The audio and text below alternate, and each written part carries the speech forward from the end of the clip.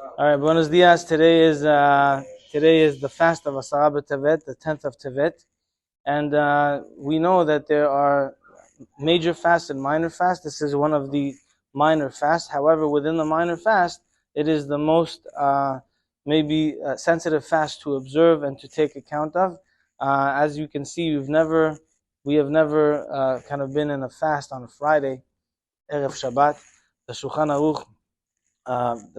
The Bet Yosef brings the Abud Raham, one of the Rishonim, Rabbi David Abud Raham, that says that Asara B'Tevet, the 10th of Tevet, is such a sensitive fast that even if it would have fallen on Shabbat, we would have kept it, even though it could never fall on Shabbat because the calendar sequence doesn't allow it to. It would never fall on Shabbat. But even if it did, we would have potentially, in theory, would have had to fast on Shabbat for this fast that we have, and certainly now that it falls on a Friday, we also fast on a Friday.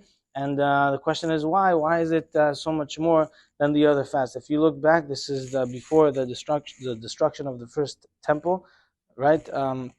What happened here is that the enemies came to Jerusalem. It wasn't the day that they destroyed Jerusalem. It wasn't the day that they breached the wall.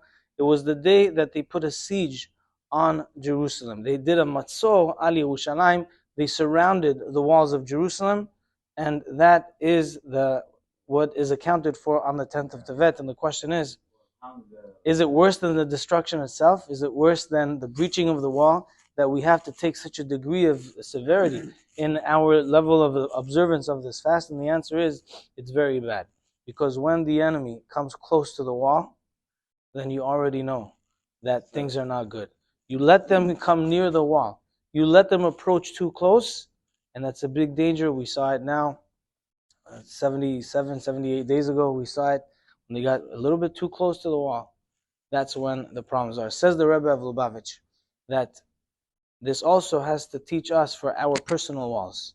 When things are getting a little bit too close to the fences that we put for ourselves, that are a little bit too near, we should always try to keep danger out of sight and not too close to where we don't want it to be. Even though if it's not a breach, it's not the destruction itself, but it's something that we don't want, something that we would never want to engage in, and it's too close. And that's where the problem is. Our sages make a very big deal out of that. Oy la rasha, oy la shcheno, woe to the vile person, and woe to the neighbor of the vile person. And our sages teach us that that we don't want to be neighbors of a vile person, but also from this we learn we don't want to be the neighbors of the neighbor of the vile person. The shachen of the rasha is also someone that we don't want to engage with. The Asara B'Tevet is the beginning of the calamities, even though the breach has not happened yet, but it's the onset of, as we can look, the accountability of all the sequence of events, and that's something that we're cognizant about in our days also. And we think, what are the things that we can do to strengthen our walls, strengthen our fences personally, and also in the communal sense, but also in the sense of maybe the broad Am Yisrael values that we have, and to strengthen the walls that we have of mitzvot, of masim tovim, of tefillot, of adhesiveness to Hashem. And B'ezrat Hashem, we pray that Ibaneh Beit HaMikdash, B'mehera B'yameinu, Amen V'Amen. Buenos dias, and